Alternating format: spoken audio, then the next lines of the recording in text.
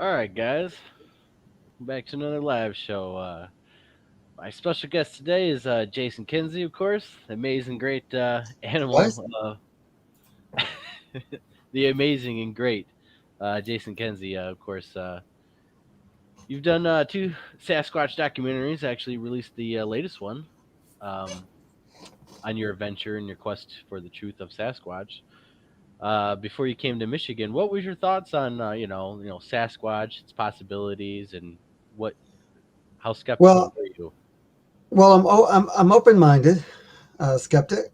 I always heard the stories of these big hairy creatures that allegedly roamed around the forests.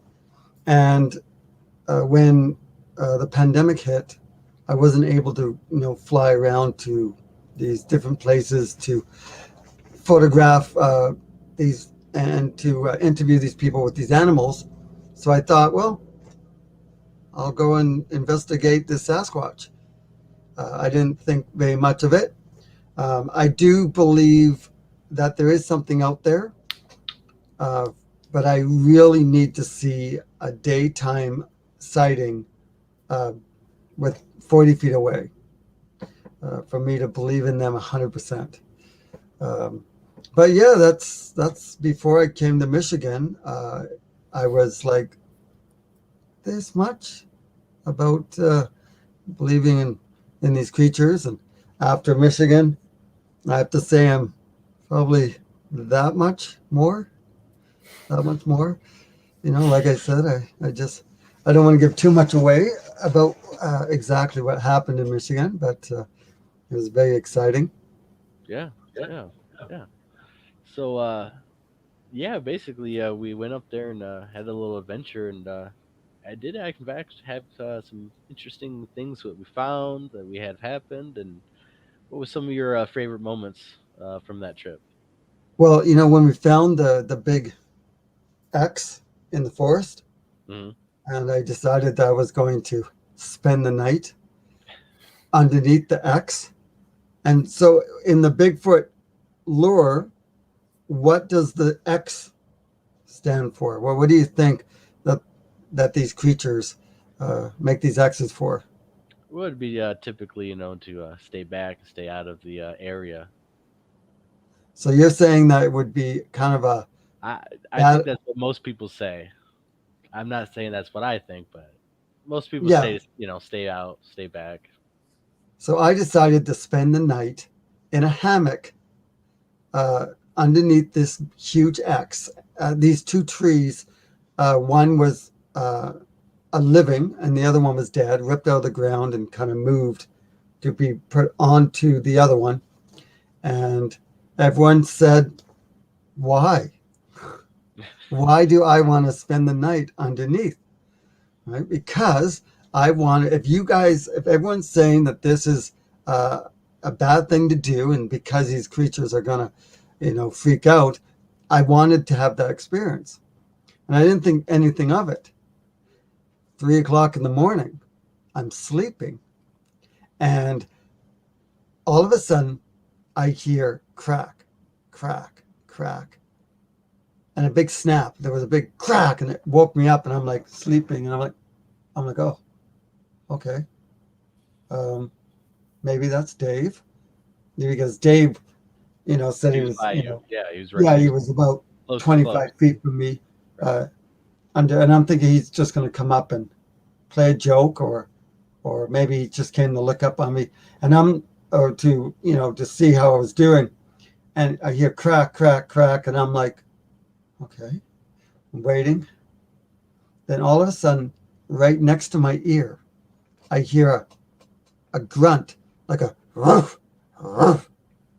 And to be honest, I started shaking uncontrollably, like in my hammock, and I'm trying to stay very still because I'm thinking, okay, maybe it's a bear or it could be a pig, but I've never heard that kind of grunt before. So then I kind of I yell out to say, Dave, and I hear crunch, crunch, crunch, and then Dave goes, yeah, yes, what is it?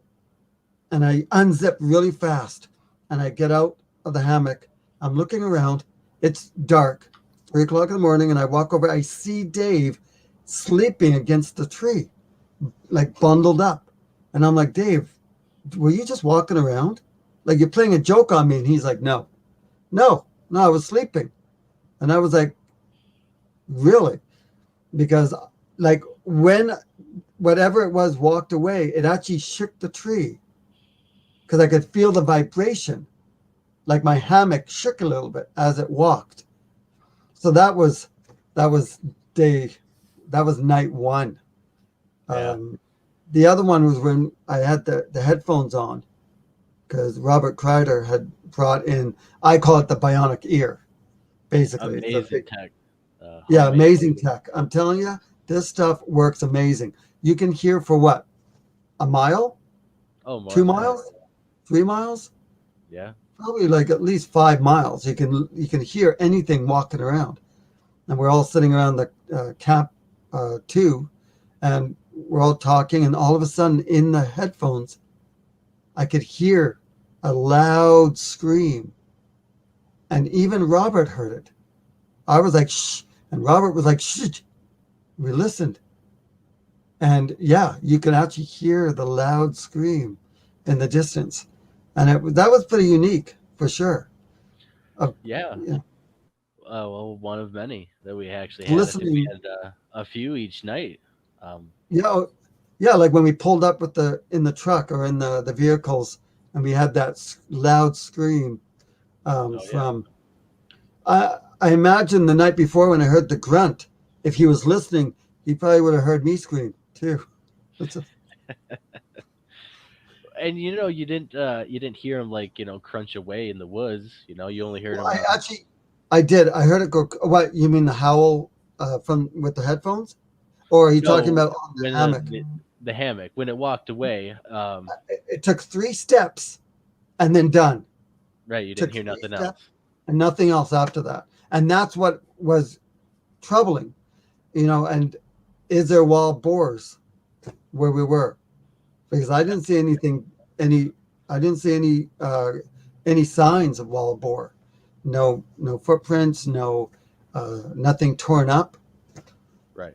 Right. Wild boar would be actually kind of rare, even in the Upper Peninsula. But there's other things like wolves. We found wolf tracks, cat tracks, bear tracks. You know, but it's just so odd that you wouldn't hear it as it's keep moving away from you. Yeah, How do you explain that? What's going on? no idea. I had no idea unless it had wings and it just flew off. Of course, I didn't hear any flutter from the wings. Right. Right. Right. And so yeah, you were listening to the recorder when you heard the amazing howl. I mean, I seen your face, your jaw was just dropped, and it was pretty funny and epic and great for you to experience. And I know we heard some few calls that particular night, the other night, and we had a response from across from us that was closer and amazing response. So they were definitely surrounding us and watching us. It seemed like, especially as we moved on day by day in the second camp, because they seemed like getting closer. At least, we picked up eye shine, of course, and that was really close to camp.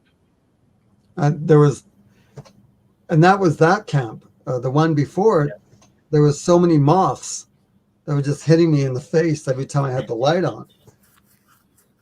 I was like, wow, Mothman is real as it's hitting me. Like the moths were like this, and they were just fluttering. Every time you put your headlamp on, they would just be all over your face, and you're trying to talk on camera. You're just knocking these giant moths. Like, Yeah. It was unexpected was the amount of mosquitoes that were there. They were pretty some carnivore mosquitoes right there compared to Florida at least.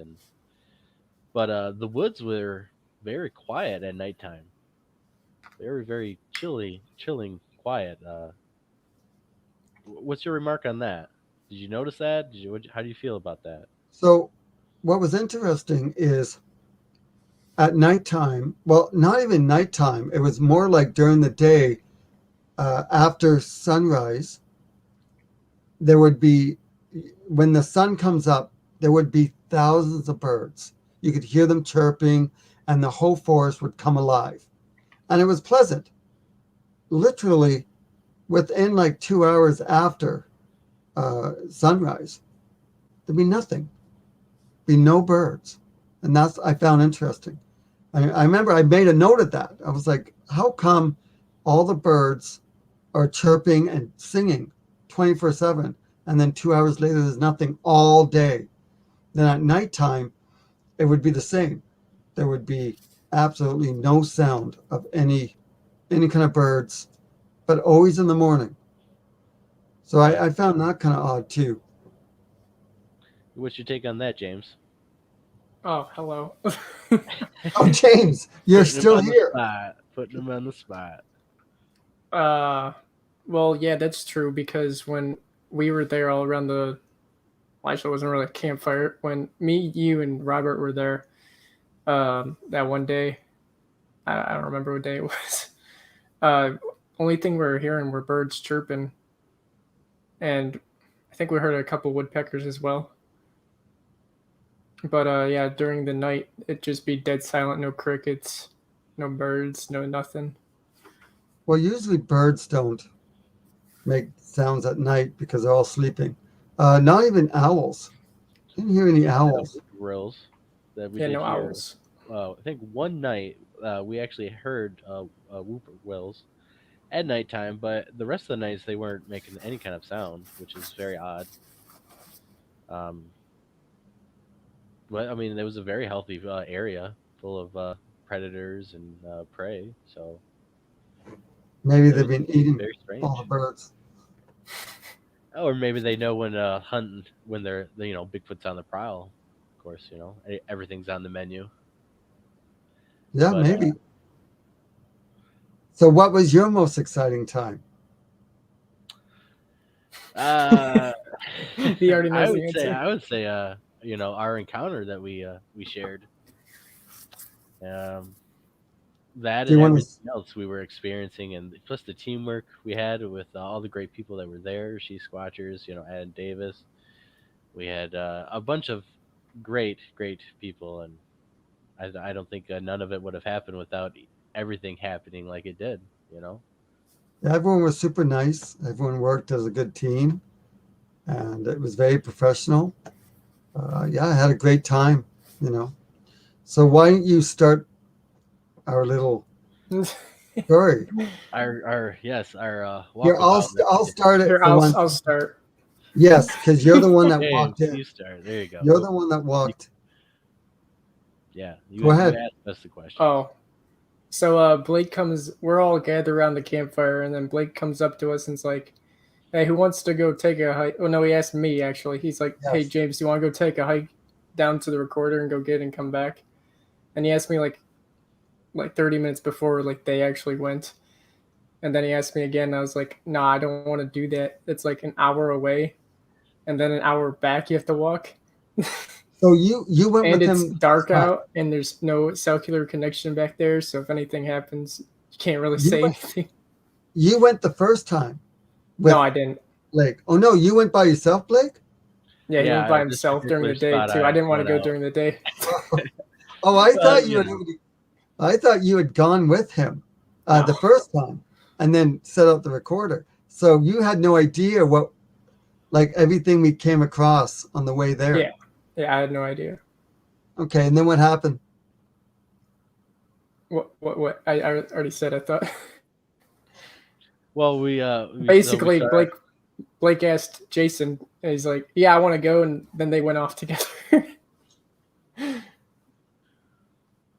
Yeah. Okay, I'll say what happened. So Okay. I was excited about, going with Blake, and wanted to film some of the adventure going, because I knew we were going about 45 minutes to an hour away.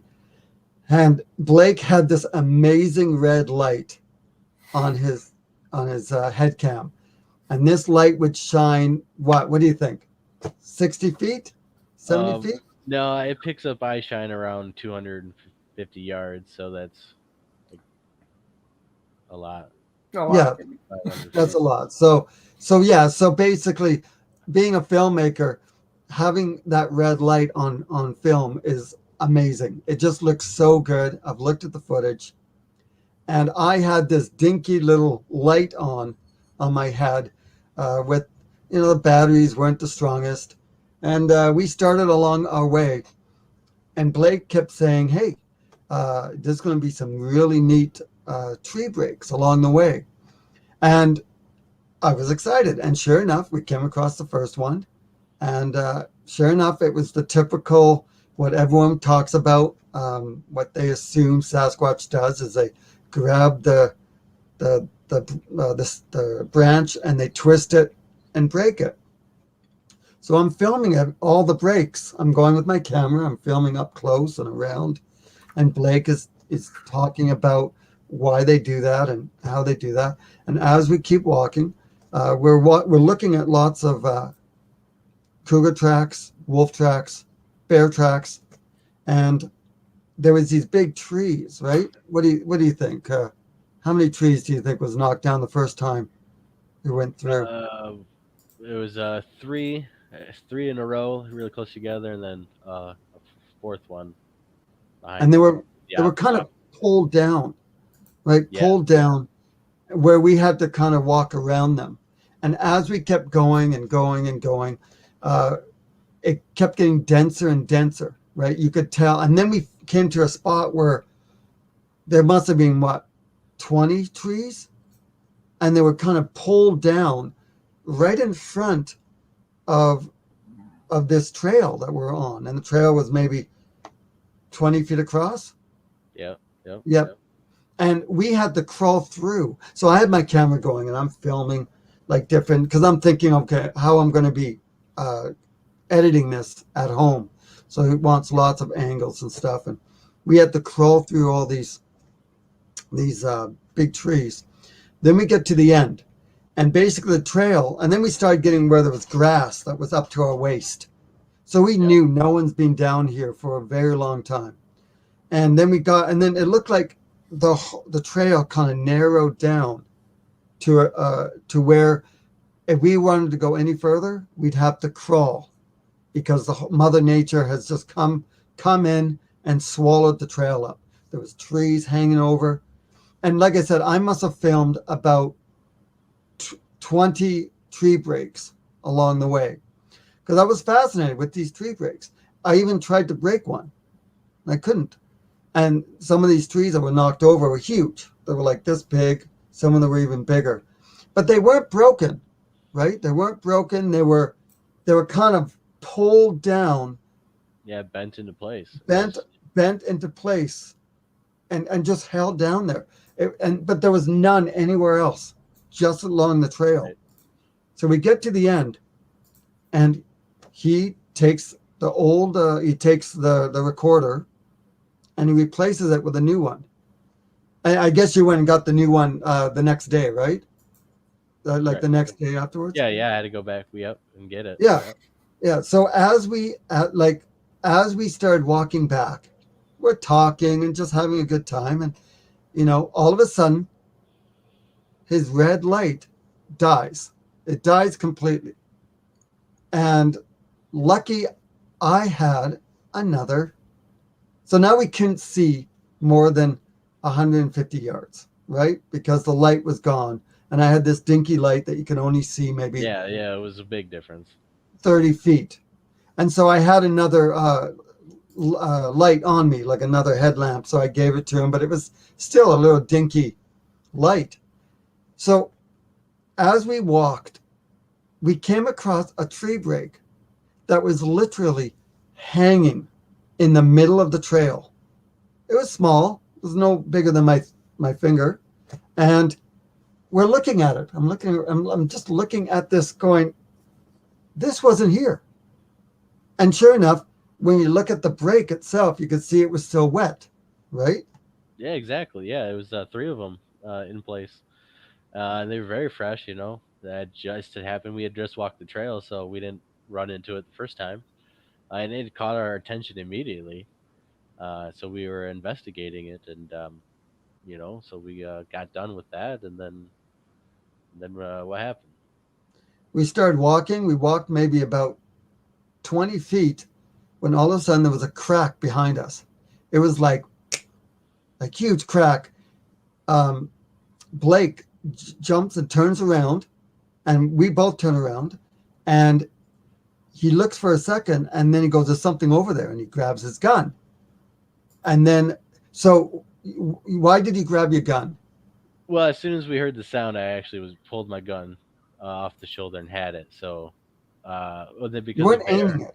Yeah, No, I wasn't aiming at anything no, yet, you weren't but aiming at aiming in the nothing. direction of where the sound was, because maybe we walked up come a bear, a wolf, uh, whatever, just whatever could injure us and hurt us. So it was very loud and abrupt and very like just matter of fact happened, and so what happened? So we start looking down the trail, and I had my light, and I'm looking, and my light is scanning, and just as the light came across the trail from left to right, I caught eye shine, and it blinked. Like as soon as my light hit it, it closed its eyes, and it was off the ground. I mean, everyone keeps asking me, "Hey, how tall do you think it was?" I'm like, "Well, this is unbelievable." I ran up to it with a measuring tape, and I measured it, trying not to get eaten by whatever it was, and it was like 9 feet tall. I have no idea how tall it was. I know it was off the ground. If I had to do an extremely rough guess, I would say it was at least 6 feet off the ground. Like I said, uh, I don't know. I cannot say, but I saw the eye shine, and it closed its eyes, and I'm like, I see it. I saw it. It closed its eyes. Then all of a sudden, it opened its eyes again, and it opened up really slowly like this. But it never got as bright as it did the very first time, because when it first came into it, it was pretty bright, and it opened its eyes like this, and I could see it. I'm like, there it is. It opened its eyes, and I had my light on it, and then all of a sudden, there was a smaller one, a smaller eye shine that came out. It was up to its shoulder, and it's looking, and then as my light shined on the small one, it took a step back into the forest, and I could see one eye as it's looking through through like a bunch of bushes. I could see one eye, and then it came back out, and that's when you came over and you could actually see. So, what did you see? Right, because from when we heard the commotion, I drew my gun and stuff. We heard a little bit of scatter, but nothing. It was very super quiet until you spotted what you had spotted. And now I'm looking around because I'm still making sure it wasn't a bear, whatever, and you start saying that you're seeing it eye shine, and you see two of them, and so you know I put my gun away on top of my shoulder because everything feels good and nothing's happening, of course, and you're seeing them, so I bend over and see what appears to be eye shine. I see the little one, and we're looking at it, and now we look at this for minutes. uh, Oh, three I minutes, mean, 4 minutes. It was and not quick. and so yeah, you could see eye shine. You know, the eyes were pretty wide apart. You know, you could tell it was something big there, and they were moving, maybe swaying or something a little bit, maybe a little back and forth, and it was just surreal. I can't explain it. That they were just we Just were standing there pointing at watching. we were pointing That's all at they were them and doing. stuff, and I've start speaking native and stuff, and I greet them, and I try to say that we're come in peace and we're friends, of course, and then they're just So, they're what were just you right saying? there. What were you saying to them? Well, first I did a formal greeting, of course, and then a uh, more formal greeting, an extra one, and then we did. I said the word "see," like we can see you and stuff, and they they didn't say nothing back, of course, but they just stood there watching us, and of course they eventually did go away or move out of our sight and stuff because we couldn't see them. But I was looking around uh, in between this because I was thinking maybe there's some behind us because we're being distracted by these ones. So I was looking around and stuff. Of course, we didn't see anything. Now me and you try to film it. Yeah, I look on my camera and I instantly no, I'm not seeing nothing. yeah. So I don't. My infrared only goes about 40 feet Right, before right, you can't see nothing. Um, I I was like, and then we walked up to that spot because eventually, I guess they closed their eyes or they just stepped away. So in my right. But mind, I'm thinking, okay, is it a bear? Because I'm thinking, is it a bear? Is it standing up?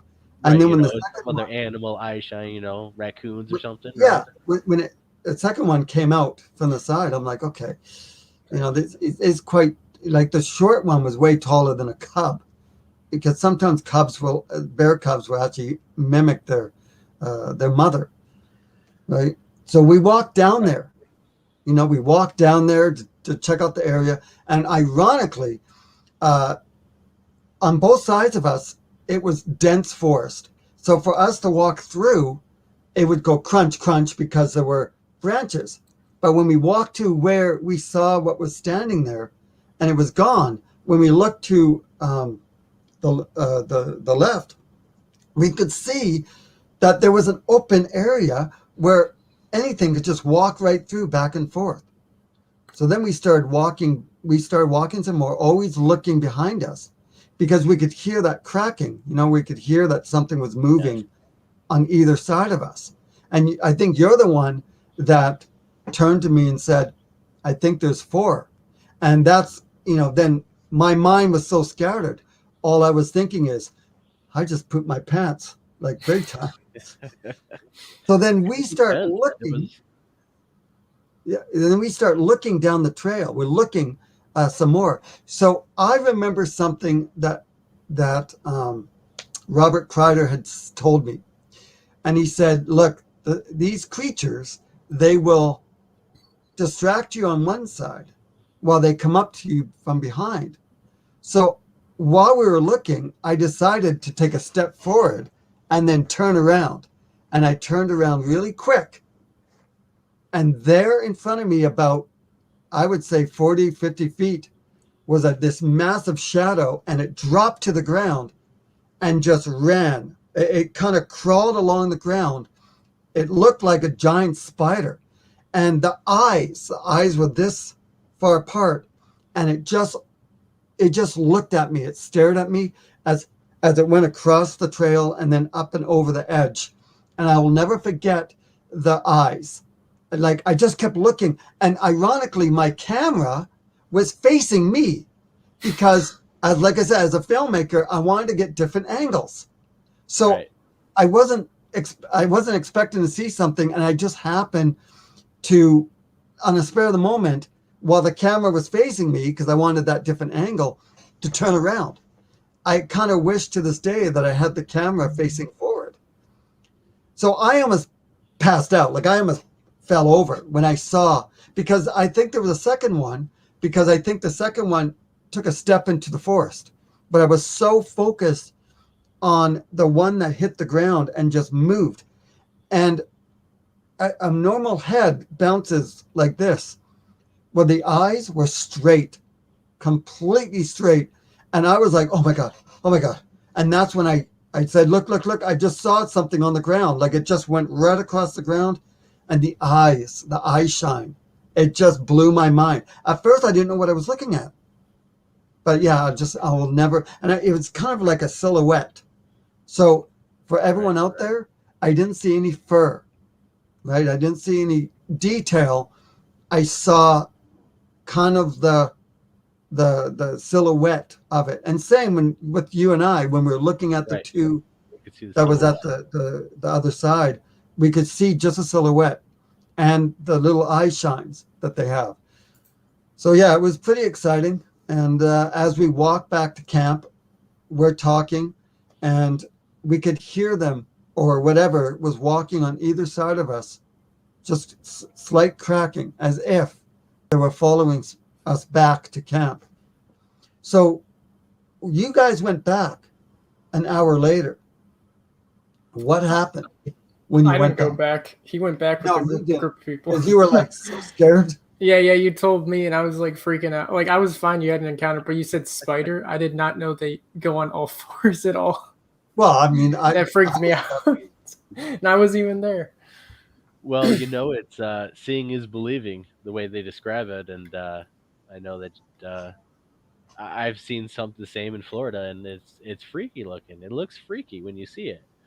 It's something about it that just doesn't feel right, and yeah, so we did end up recording that. I know that I recorded that. I'm sure you recorded that, where you did turn around and seen the the thing crawl, and you're pretty emotional about it. I mean, you can tell it affects you a little bit. So, well, yeah, I could have done without seeing the spider-looking one. I think that was needed because without that, you could have possibly chalked it up as what if it was this, what if it was that. But seeing that is, it just puts the stamp on it that kind of what it was. I saw something out there, but I really want to have that daytime sighting. Same, it's, same. I've yet to see convincingly enough during a daytime sighting of the same thing, but when they're creeping up and stuff, you can hear it. And it does, I call it slinking. They're slinking through the woods. They're sneaking and creeping, and it's freaky. So the next night, when we're all around camp, I got on the walkie-talkie. I got the Jason, there is something in the forest. Come here. I have it on FLIR. So I went over to where Dave was looking through the FLIR. And, you guys have the very expensive FLIR. The one that costs thousands of dollars but doesn't record video. Who makes something like that? Like, really? Well, it was actually got a software update that wasn't supposed to get. So it's not. That's why that particular one did not record. Unfortunately, the other one. So Dave handed me the FLIR, and I was looking where he was looking, and sure enough, you could see behind a tree, there was something that was standing up that was watching you guys. And you could see the back of it, and you can see a bit of the front of it. And it was white hot. Like it was high, and it stood out from anything else in the forest. And so obviously any sane person like myself would do is walk directly towards it into the forest to see if I knew I wasn't able to catch up to it. I knew whatever it was would leave. But what I was doing was I was hoping that when Dave was watching it, that at the angle I came into, that whatever it was would get scared and it would walk back, like behind the tree, and then he would get a full body of it. It didn't do this.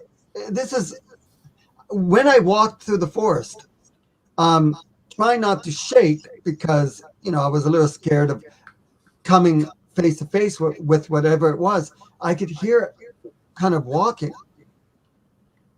Dave said that when it walked away in the like behind the tree. And when I mean behind the tree, I don't mean this way.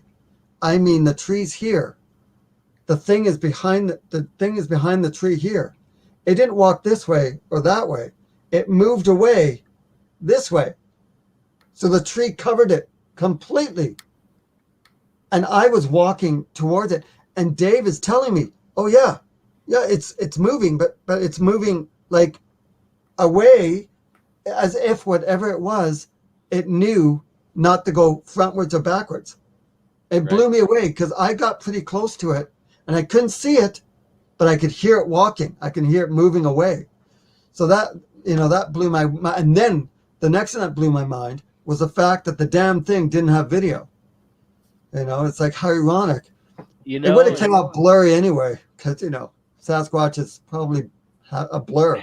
Well, it's just one of those things that there's circumstances that these things happen, but sometimes, my my light's off, it die, things come up. That unfortunately got put had a update put on it. That wasn't supposed to get, and then unfortunately that's why I wasn't recording, and we're definitely working on that restored. Here's something else that's crazy. But, do you remember me talking about my phone? The camera wouldn't work on my phone. Right. Do you remember? My camera would not. The camera on my phone would not work. It would not turn on, no matter what. That's why when we were doing the slow motion stuff, I couldn't do my phone. I couldn't take it with my phone because the camera wouldn't work. I get back here to BC. I've never had a problem with my camera. I was ready to go into my provider, put the phone down and say, I need a new phone. I cannot not have a camera on my phone. And I was about to do this. I have not had a problem with my camera on my phone. Not even once. So that was interesting, because I never had problems with my camera before Michigan. It wasn't until we got into the forest. The whole experience, does raise some questions about, what's the nature of these creatures, These things seem to be highly intelligent, highly adapted to the environment. They know what they're doing. They know how to hide well from us and observe us very closely. I mean, the eye shine, the individual that you've seen in the flare was watching us at camp, and he was pretty close. We had the eye shine, and that was very close, and you recorded that through your phone. And we just got lucky. It seems like things fell into place, or they allowed certain things to happen. Certainly, our encounter was because they chose to do what they did. Well, the whole time that you and I were standing there, I was expecting like a scream or a growl or a rock throw. I was expecting something, but they just seemed to be so peaceful. Whatever it was, didn't want to come out and twist our heads off, right? It felt very calm and cool and collective. And I know one moment I kind of I brushed a branch, and you jumped a little bit. Oh yeah, that's right. Encounter. I jumped pretty high because I'm like so hyped up at what I'm seeing, and then all of a sudden, I guess you moved and you hit some branches, and for a split second, I'm thinking, oh, it's coming from the side. I'm like, and then I'm thinking, good, Blake's here. It's going to get Blake before it gets me. I have a chance to run. And I hold my hands up, and I'm just like, well, everything's good, everything's cool, because, there was more than just the two, definitely 3 at least, maybe 4. But for whatever reason, they were just they were curious, calm, and very forthcoming of letting us see them for 5+ minutes. At one point, I started singing. Well, we did sing when we approached. Like we said earlier, when we approached the spot because they left, I started singing and saying, their name in Native American and some of the greetings and stuff, just as a way to know that we don't mean any harm and stuff. You know, Yeah, to let and the song I was singing was like a cat dying, because that's how I usually sing. I'm surprised I didn't scare them off. I'm surprised I didn't go, hey, they're attacking. I can hear that guy. He's screaming at us. Because that's the kind of singing I can do. I'm the best singer around when no one's around to hear me sing. But yeah, that's how nervous I get. When I get so nervous, I just, either start kind of joking or singing or just running for my life. I wouldn't have left your side, though, just to let you know. I would never have left your side. No, I guarantee and it. Even if they charged us. Yeah. If he was by himself, he probably would have. No, I don't think I would have run too either, because I would have walked away fast. But think about it. You're in the middle of the forest. You're in their territory. What are you going to do? If they're going to want to kill you, they're going to do it no matter what you do. You hear these people that say, I ran away and I was so lucky to get away. I'm like, no, there's no luck. They let you get away. And I teach them.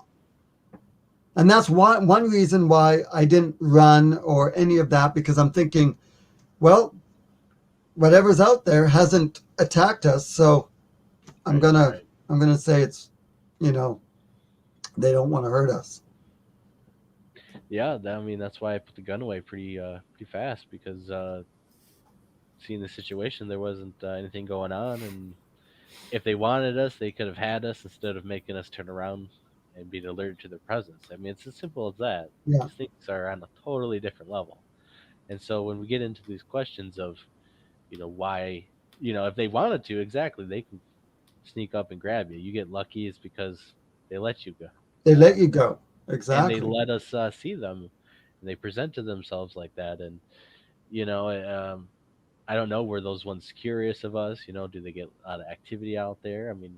I don't know. Are they actually a people who know Native American and possibly English and stuff? We don't know, but it seemed like it was above animal intelligence. Animals don't alert you to their presence and then let them look at you and you look at them. And yeah, that's the thing, right? Like, you wonder if that huge crack that they made, that we heard the very first time, I wonder if they were like tiptoeing in the forest and they're like, oh, Fred, too much noise. Son of a bitch, they see us. Well, I'm sure that does happen, but I don't think so. And why would they let themselves be seen and know that they were being seen? The whole thing was pretty amazing. Just a head scratcher, honestly, of the nature of those individuals, but of Sasquatch in general, because of it wasn't normal. It wasn't particular behavior or encounter that most people have. Uh, and they weren't shy about coming to camp after that. They followed us like we said, and didn't care about the gun. Having that interaction with the gun, they didn't care. They didn't care when it was pointed in their direction. Oh, the camera too. They didn't care that the camera was pointed too. They probably didn't know what it was. Oh, I don't know. Even if they don't know what it was, anything that we put up, like a gun, we put up to our face, and so anything we put up to our face like that, they probably consider a weapon or something. So they probably know to hide. That's what the nature of what they usually do is hide from stuff. So for them not to hide and stuff is a lot on their end, in my opinion. So, well, I can't wait to put all the footage together. Yeah. Put it into the documentary Searching for Sasquatch, Chapter 3. It's going to come out in the fall, and I think I'll do a director's cut also. I think I'm going to put just our experience together and just narrate it through it, what's happening, and put a director's cut after I put out the the full documentary. Right. It's going to be pretty exciting. I can't wait.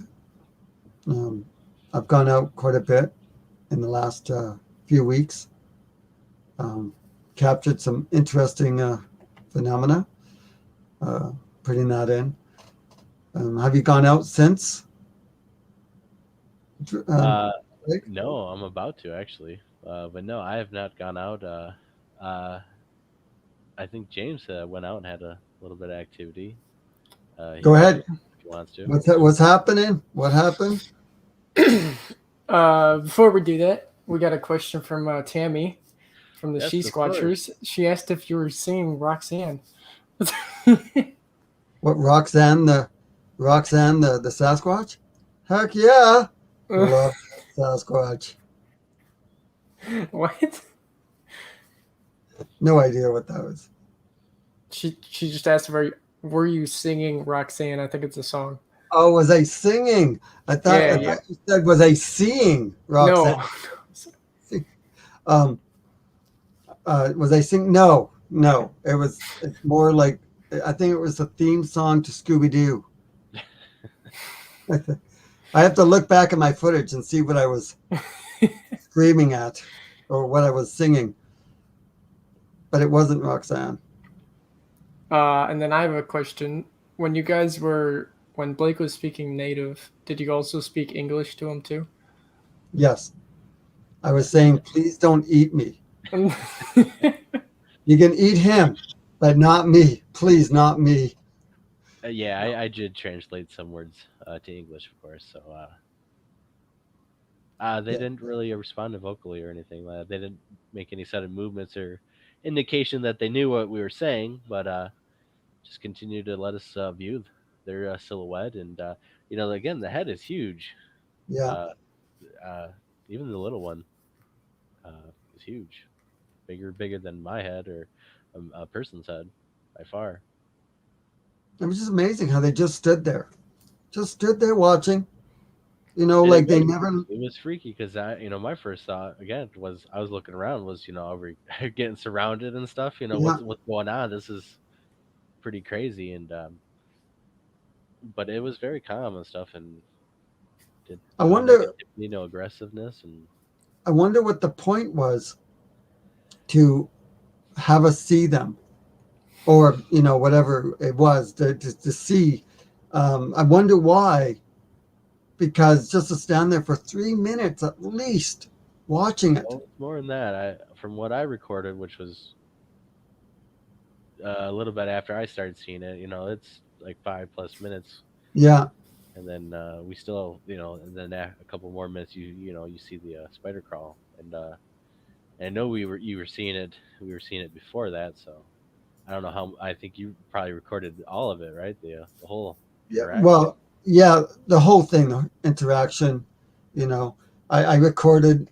Yeah, like when you fell to the ground and started crying like a little girl, just bawling, It and I was was that like, intense. "It's okay, I mean, Blake." in reality, it was. I mean, I don't think if you weren't, the person you were, or in the woods all the time and in search of and being around animals as much as you were, and our demeanor, that was could be a very scary situation to anyone. And in fact, it was a little bit because you know how big and powerful these things are. You know how stealthy they are. You know what they're capable of, and being that close. I mean, if that being that close, if they charged us, I mean, I wouldn't be able to get the gun off No.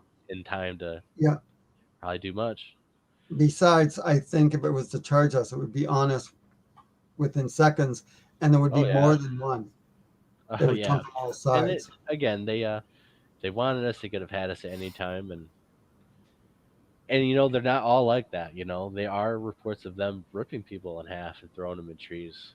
Here Yeah. in Michigan, we have a report of that, and so that's not they're not all like that. And so a lot of people would say, would you, trust them in that situation? Would you? Wait a second. You say that there has been saying that there's been an incident of someone being ripped apart in Michigan? Oh yeah. Really? Are you telling me this now? Hi. Check, please. Okay. nowhere close to that area, but yeah, of course there was. Long story short, basically, some people went after a crying baby in the woods, and they were found by a local sheriff, torn apart in a tree. Wow. So Wow. That's interesting because I'm about to interview a lady who says that um, a few years ago, um, she was living in a place like a little house in the middle of nowhere, and she could hear children crying in the forest, and she lived for miles away from anyone, and then she would hear this all the time in the forest.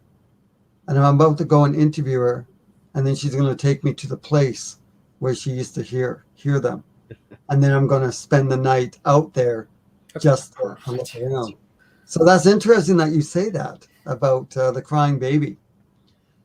You know, hey man, if you walk up on one of these kids that cry, I mean, even a normal human, I mean, if you walk up on someone's baby and they don't know what you're doing, especially they probably fear us and what we could do. yeah.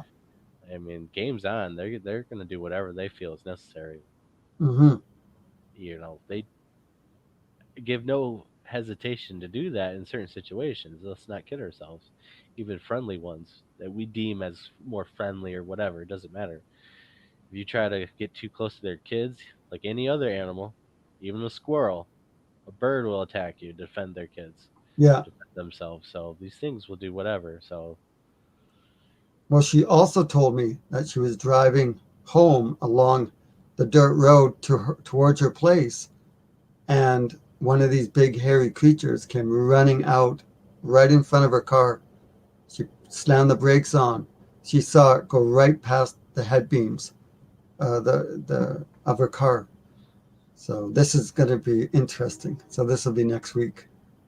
So nice And knowing you guys. Gene yeah, Hudson says, "Don't stay out there alone, and don't follow the crying baby sounds." Yeah, yeah, good exactly. advice. It'll Yeah. be me doing the baby crying sounds. You know. Well, you know what always helps and what like I've always said and preaches, show respect. It's all about respect and being calm in the situation, of course, and don't be stupid. I don't think if you're out there and you're doing stupid stuff or you're leaving trash in the woods, they don't probably like that. They if they feel that you're not a good person, they're not gonna like you. They probably won't be nice to you in certain situations compared to other people. So Hmm. respect is probably goes a long way, and in honesty. Sabe is a certain Native American tribe's term for Bigfoot in this area, and it means honesty. So maybe that has a role to play in all of this. But they're pretty amazing creatures. We call them creatures. I think maybe they're more of a tribe, but Well, we won't know until we can get some amazing evidence. well, they could be troglodytes. Cave dwelling humanoid people, hominins. That maybe they have their own language or they don't. But I, I feel like they definitely are above apes, of course. I think that's disrespectful to call them apes and stuff. But it just seems like they interact and they do more things than apes would ever do. Uh, Um, but Wade Wade said that he doesn't know, but apparently the truck that you're sleeping in shook a few times after your encounter. Oh, what the truck that? Oh, I was sleeping Yeah, in. yeah. Yeah, exactly, right. Because I was like, okay, yeah, who shook it? Wasn't him. I mean, I bet he's on the outside of the truck, just shaking the truck. well, yeah, they were doing stuff and maybe testing us out and see what we're doing. I generally think they get the feel of what people are in the area doing, and if you're there shooting up the place and being bad, that they definitely probably won't let you see them or give you much interaction. compared to the respectful approach we took. And even when we were getting activity, we weren't, you know, necessarily going after them or doing anything crazy, but everything was calm and cool and collective, and it worked out great. We had great interaction, nice howls, and just blew me away of what can happen when you go in the woods and try actually looking for these creatures. I can't wait till next year. Hopefully, you'll have me come back. Yeah, and yeah, of course, and they should definitely recognize us, and it's going to be And now that interesting. we're all best friends, I'm like, hey, Sass, what's up? How you doing over there? You'd never know. It just begs the question: what will happen next time? Maybe nothing might happen. Maybe nothing. I go into the forest quite a bit and nothing happens. You Yeah, know, generally, I mean, that was pretty extraordinary, but generally speaking, not much happens. But it's when they allow things to happen. So possibly building a relationship and things like that could, I think, is the right direction, because that's the only way it seems like things are going to happen is you build a relationship with the particular ones in the area. They have more interaction. Then we can possibly have them coming out of the wood line into our lights or daytime sightings, daytime visuals like what we had, but during the daytime, and hopefully film that and possibly have interaction of where they actually communicate with us and physically give us stuff, show stuff, uh, and things like that. I mean, that's the goal is see exactly what they are and what kind of interaction we can achieve. Hopefully, we can get that one day. yeah, that'd be great. For all your listeners out there that want to see chapter one, it's online right now. I can put the link underneath this video when you post it. Yeah, yeah, yeah. And if everyone wants to see my animal adventures, you can get to know me a little bit more. You can go to YouTube and you can punch in A Photo Warrior. And yeah, this is a great way to see me interact with wolves and kangaroos and all Have, kinds of different animals. have some funny moments. Yeah, With my funny animals and moments. stuff. Yeah, you got a lot of great stuff on there. You know, and I've been doing it for a while too, so I'll definitely check Over them out. 25 years. Yeah, exactly. Beautiful pictures, beautiful videos of animals. I mean, some incredible stuff. Yeah, I've been doing it a long time, and I've met some amazing people that live with the most amazing animals. My motto is, if I'm going to interview you on your animal, there can't be any cages. I have to be able to hug the animal. That's my motto. So, because why am I going to interact with an animal that's behind a cage? I might as well go to the zoo. I just shoot right through the zoo, and hey, there we go. Hey, exactly. Right. So yeah, it's a lot of fun. Let me tell you. And I think you know doing something on Sasquatch. What I would love to do is do documentaries on all the cryptids out there, Yes. like all of them. Like go to the far reaches of this planet in search of some of the most amazing like monsters. Things of nightmares. You know. They are out there. They are here in Michigan. I've seen two others other than Sasquatch. I guess a dog man, basically, wolf that got up and ran like a person, and a goblinoid like stickman type of creature. Oh Um, yeah. yeah, And where yeah, was that? Where was that? here in Michigan. Yeah, but okay, so okay, Uh, let's hear the story about the stick man. the stickman. Oh, Okay, the quick one. Quick story is well, I was Bigfoot researching at age about 15, and had my buddy over, and so he didn't know we were gonna go Sasquatch. We are just gonna go walk in the woods, right? So we get behind, basically behind the barn and stuff is where this cow pasture is, and behind there is woods and stuff. And so we cross the wire fence behind my barn on the property, and we only walk about 20 yards in, and have this dead tree, and we see the tree doesn't look right, and basically we see this head pop up on top of it, popped down and he pops out to the side, and basically it was a naked, bald humanoid creature, about 7 foot tall. Its arms were super skinny, like a stick. I would say, its whole arm was no bigger than my wrist, or about the same size or something. Very, very small, but it was tree peeking basically at us. It came out, and its arms were as longer than its kneecaps, and very freaky looking. And How uh, far away were you exactly? oh, it was close. As close as we were Okay. with our encounter, and it was during the full moon or half a moon, very bright out, and so we got a really good look at it. And my friend's freaking out, of course, and I don't know what the heck it is. Let's go inside and tell my dad about it, and so says he'll go investigate it, and basically tells us there's nothing out there, go to bed, whatever, blah blah blah. And a couple years ago, he says, "You remember that stick man you seen?" And apparently, he did see it, of course. And the reason why he didn't tell us at the time is because my mom had died and my brother's 5 years younger. So him working in Detroit would get home pretty late for dinner, and so he can't have us being scared of not only Bigfoot out there, because I had my Bigfoot encounter, but the stick man and whatever else is out there, right, on this property. So, uh, but he did go out there and did see this creature, and it did the same thing, except for it came out more than what it did for us. And he said it was tall, humanoid, looked like a he's into aliens and stuff. So he was like, it was like kind of like a tall gray alien type of creature, and had no feelings about it, of course, and just went inside and thought about grabbing the shotgun or something. But again,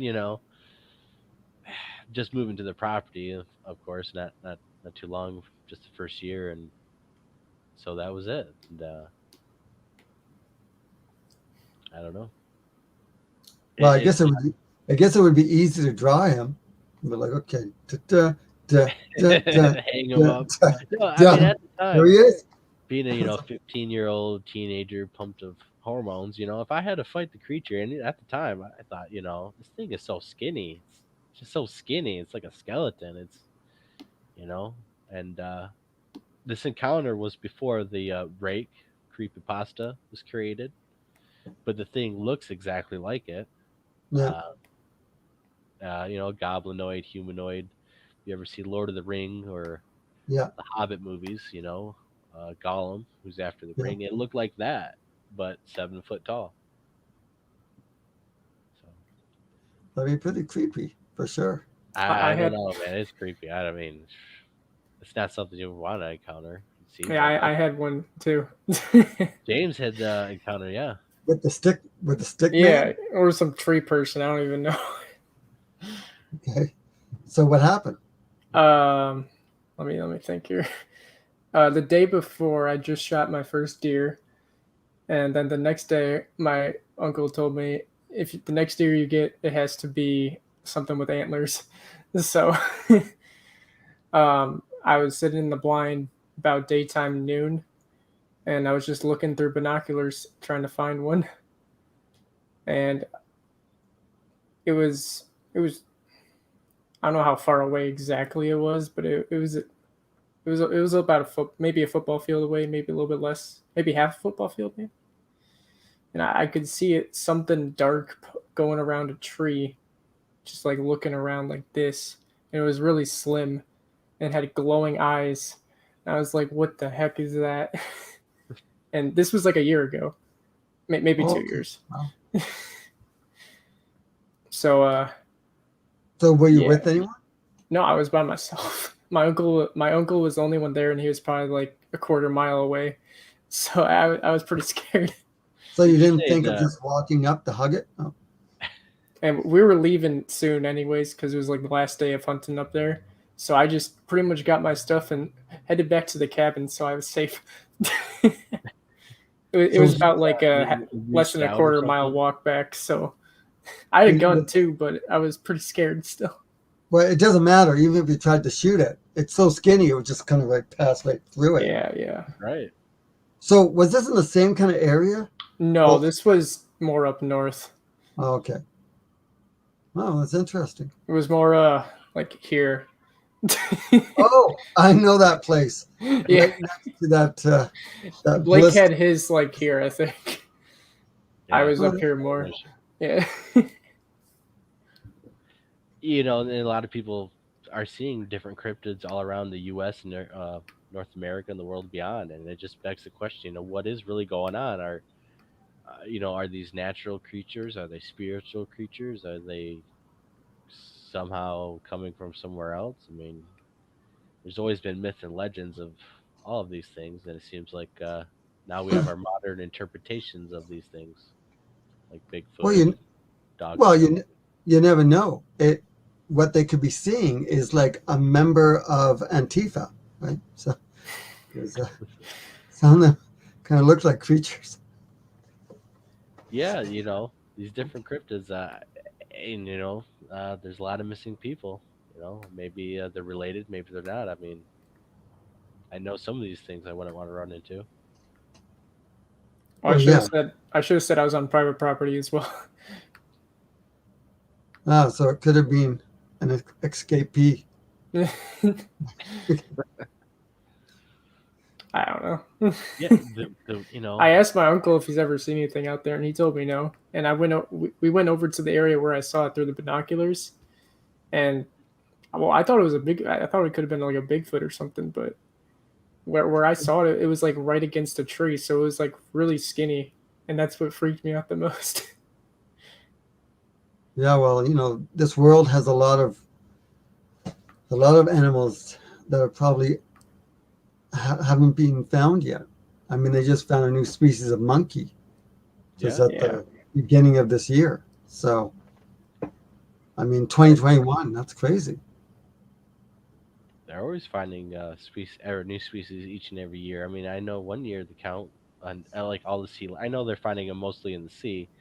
The one count was a lot, thousands of new species of stuff they cataloged, and there are definitely places in the U.S. and that have not been well traveled and well researched enough, and definitely places around the world that man has never been and have not been enough to fully see what's all out there. And I think we're hopefully going to discover more and more of that as we go in the coming years. So, Yeah. Jason, is there anything else you want to talk about, discuss before we cut the show off?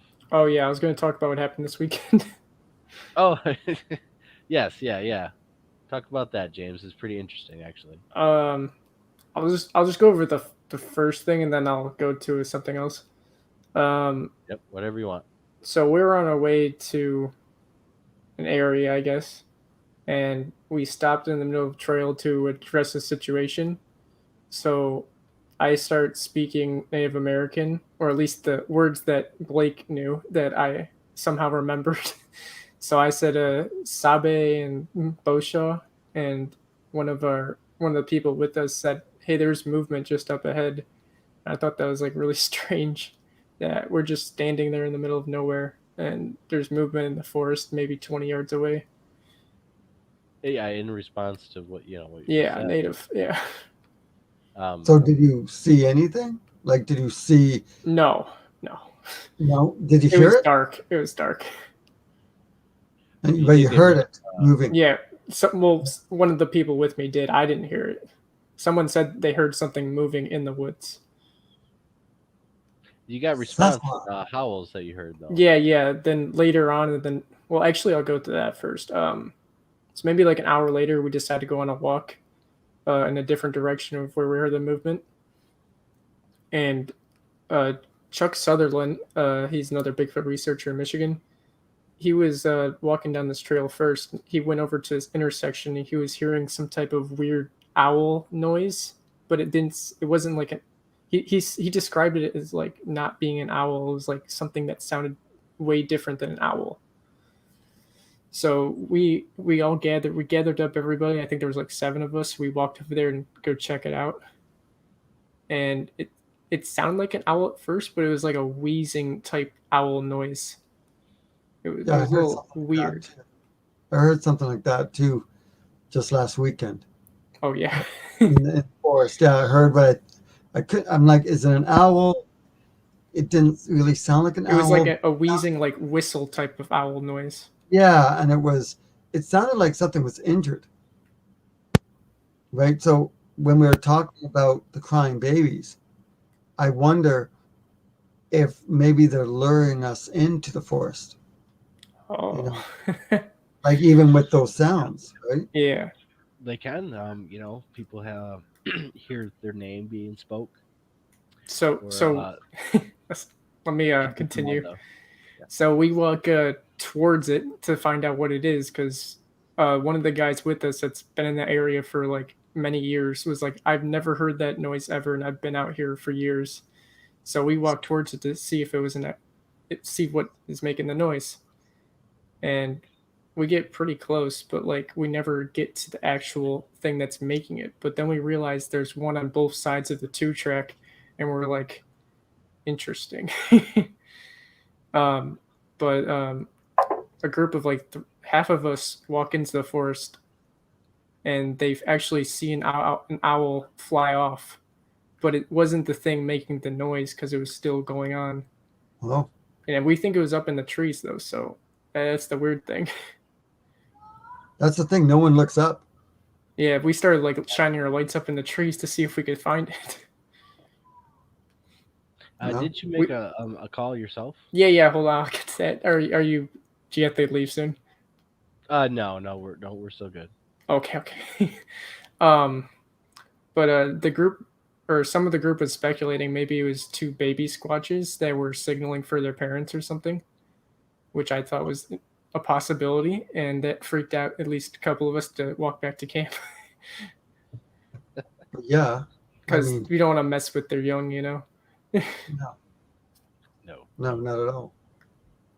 So I think one of them did a howl from that spot, and we got like a pack of coyotes sounding off, and they were Really? like really close. Like, I wouldn't say maybe like 2 football fields, maybe like pretty close. Um, so three of us so four of them stay there. Three of us head back to camp. Me being one of those. And we get back to camp and we're hearing movement basically all around us. Like something's watching us. Things were being thrown, or at least what sounded like it could have been acorns. And Oh, it yeah. just, yeah, it was a little weird. And they get back and I don't know, they were fine. I guess they came back like pretty quick with like in 5 to 10 minutes. So they didn't go too far. And after that, maybe like 20 to 30 minutes later, we decided to take a drive because we wanted to go to an open area where they logged out a bunch of trees and stuff. And you could basically see everything, like the whole sky. It was really pretty. So yeah, we drive probably about 5 minutes down there, and we get to this big open field, and you can see all the stars, all the constellations. It was great. Um, we saw shooting stars, meteors burning up in the atmosphere. I think at one point even some of them saw like a UFO. And then everyone's like, "Well, let's do a call. It's a great place to do a call. You can it echoes like really well there too. We've done it before." And Chuck was getting his setup ready. He has like a big speaker, and he does the Ohio Hall, like a Bluetooth speaker, and he has the Ohio call, Right. and he just blasts it. And I was like, "Let me go first. I got this." So I do one Call him first. kid. Yeah, I do one first, and we get a response like within 10 seconds, probably. Wow. I don't know if I got him recording because everyone was talking like, "Oh my god, did you hear that?" That's the only thing that sucks. So that's the one thing about doing all this.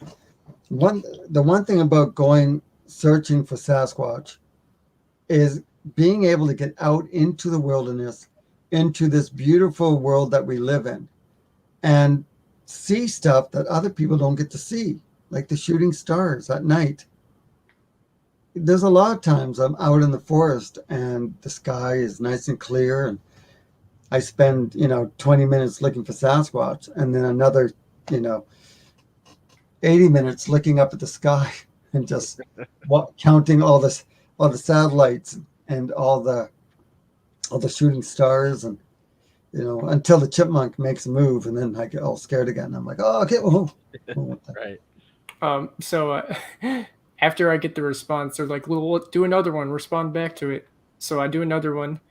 We got another response, and then I responded back to that one, and no one's actually talking. So I actually do get the response back, and we can tell it's a female just by the way it sounds. So we're thinking it's Sarah, because it came from the direction of where Rich's house was. So we were gonna go there next, but so I have to ask a question though. How do you know it's a female?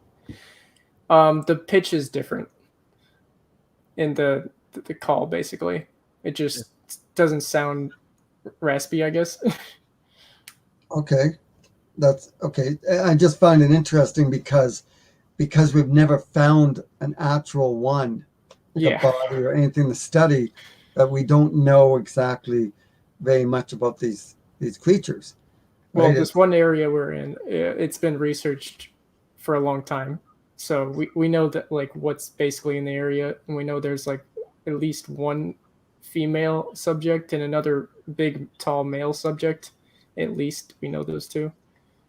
Yeah, the female's named Sarah because she used to visit this man's property enough that he named her Sarah, and so she's definitely in the area. And we've actually got audio of her during the daytime uh, around where she's supposed to hang out.